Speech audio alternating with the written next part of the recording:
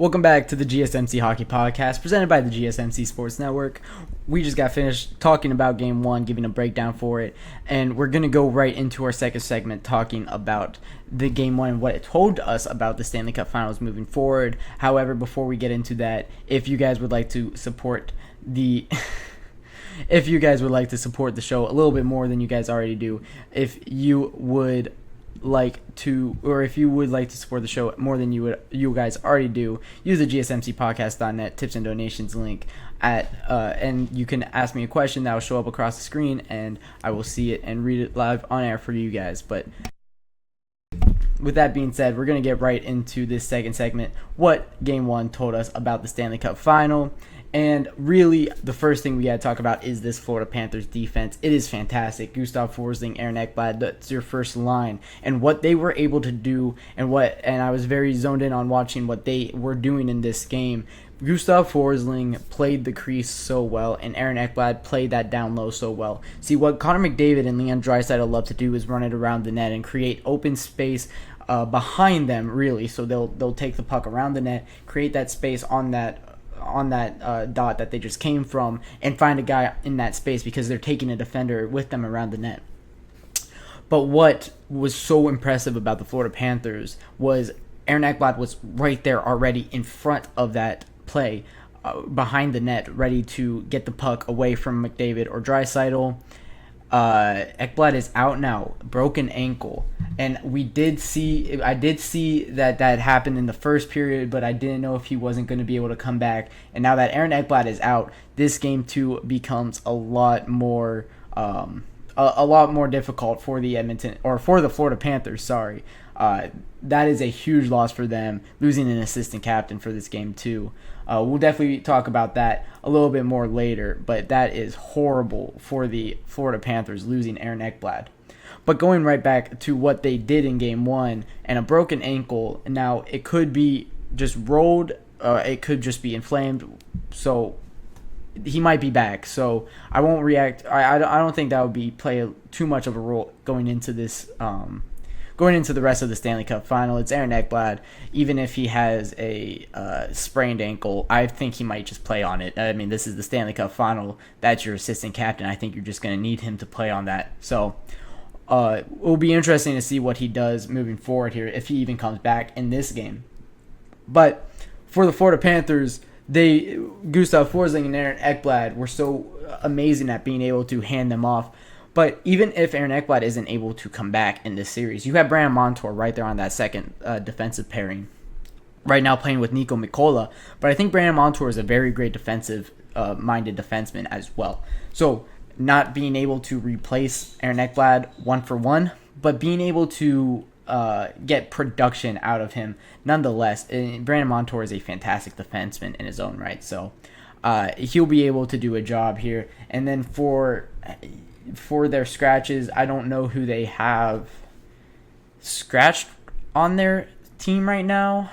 I can't think of anybody off the top of my head, so it'll be interesting to see if Aaron Ekblad does miss some time here in this series. Who could replace that? I'll have to do a little bit more research, get back to you guys on Wednesday about that. But for the Florida Panthers, it's also Niko Mikkola, who is a very big defenseman. He was amazing in this game. And then Dmitry Kulikov and Oliver Ekman-Larsson just did their job this entire game. All six players in this defensive core know what they need to do. All six of these defensemen have played that behind the net so impressively. And even in this game, what I saw was McDavid needed to drive the net instead of doing what he's more comfortable with doing when he is in the offensive zone. And this is talking about plays set up in the offensive zone. McDavid is one of the best in transition, flying to the net. So just in transition, McDavid is always going to attack the net. But now McDavid is also needing to attack the net in the offensive zone when they're set up on power plays, when they're set up just in natural 5-on-5 setups. So it's going to be interesting to see how they navigate around that. They also need to figure out how to beat Sergei Bobrovsky. We talked in the first segment about Sergei Bobrovsky and how impressive he was. But once again, I said he gives up a lot of his goals in the higher half of the of the net and of the goal. That high glove and the high blocker has given him a little bit of trouble in his career. The high blocker especially, if my memory serves correctly. That's where a lot of his goals are given up there, on that high blocker. So for Sergei Bobrovsky, he is going to need to be able to force them and figure out how his defense can force them to shots down low. Not giving them enough time on the puck to create something, generate something on their stick is going to be huge. Their defenseman moving a lot is going to be massive, and that's what they've been doing, and it's going to be interesting to see if they can keep that up in a 7-game series. For the Edmonton Oilers, when we're talking about this team, it was so unimpressive in that game in every aspect. But Cody Ceci and Darnell Nurse might be one of the worst defensive pairing that I've seen in a while. Those two guys do not have any chemistry, and they don't gel well on the ice. So it's very impressive the Edmonton Oilers recognize that immediately from that game one. And now what we're seeing in this game two is Darnell Nurse is first off on the third line. Darnell Nurse is making $9.25 million to play on the third line of a Stanley Cup Finals game. This is brutal. That guy is so overpaid. I will say it until he is not getting $9.25 million. It's awful. Or until he shows. He's minus 15 in these playoffs. The record for worst plus minus in a playoffs is minus 16. He is one goal against away from having the worst plus minus in a playoff of all time.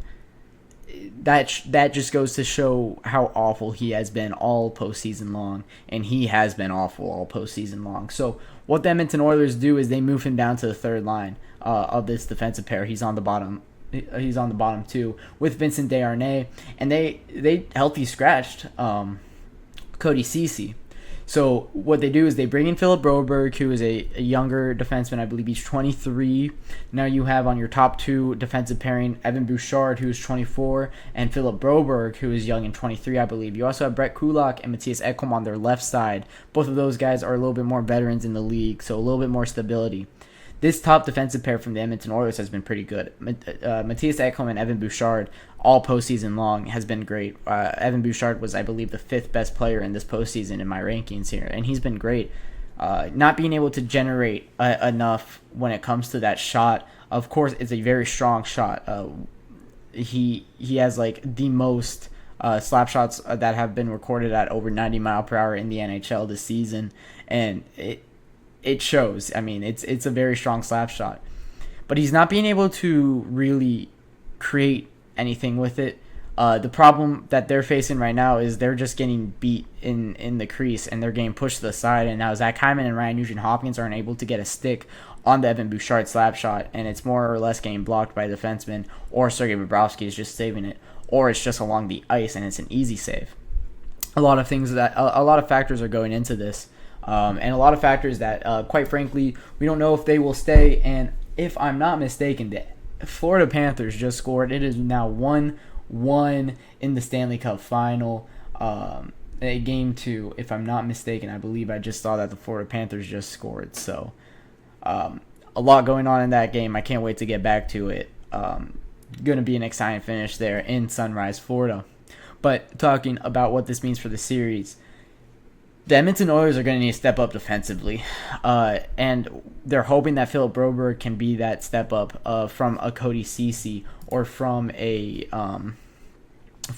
Darnell Nurse, who is now going down to the third line. And quite frankly, I don't know how much minutes he's going to be getting that aren't special teams minutes, because of course you're going to put him out there for the penalty kill. You're paying this guy $9.25 million, second to only Connor McDavid on your team, making more money than Leon Draisaitl. I go on a rant about Darnell Nurse every episode. This guy lives rent free in my head. This is bad. But anyways, talking about this defensive core, they need to play better, but it's not just about the defensive core. Zach Hyman needs to be stronger around the crease, and we saw this a lot when he was in Toronto.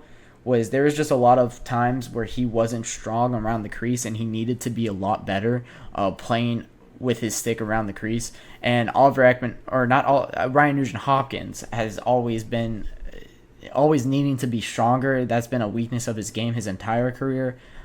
He's not playing too well down low. And then it's the problem with the Edmonton Oilers when you look at this team on paper, and it's always kind of been the problem with them, is they're just kind of small and they kind of just get beat down low. Adding Evander Kane was pretty good for them. That's a little bit of a bigger forward there. And then their bottom six, I mean, that's filled with big guys, and Adam Henrique and Warren Fogle and Ryan McLeod and Matthias Janmark, Sam Carrick, Connor Brown. All those guys are good penalty killing guys. Good big forwards there. I know Warren Fogle is now out for the rest of this game with that game misconduct he suffered in the first period with the knee-on-knee contact that he had. But they need their skill guys to be stronger, because those are the guys that get to the crease. I mean, Warren Fogle, Ryan McLeod, Adam Henrique, they're not creating offense down low. So for these guys, you're going to need to create that offense down low with Nuge, with Hyman, with McDavid, with Draisaitl, with Dylan Holloway, and they aren't. It's going to be interesting to see how they can and what they do and what adjustments they make down low in the crease. But with all that being said, that'll wrap it up for our second segment of the night. When I come back, we're going to be talking about the NHL, the 2024 Combine, talking about the prospects, the ones that did really well in the Combine, and some funny stories that I saw from around the NHL Combine as well. Looking for your daily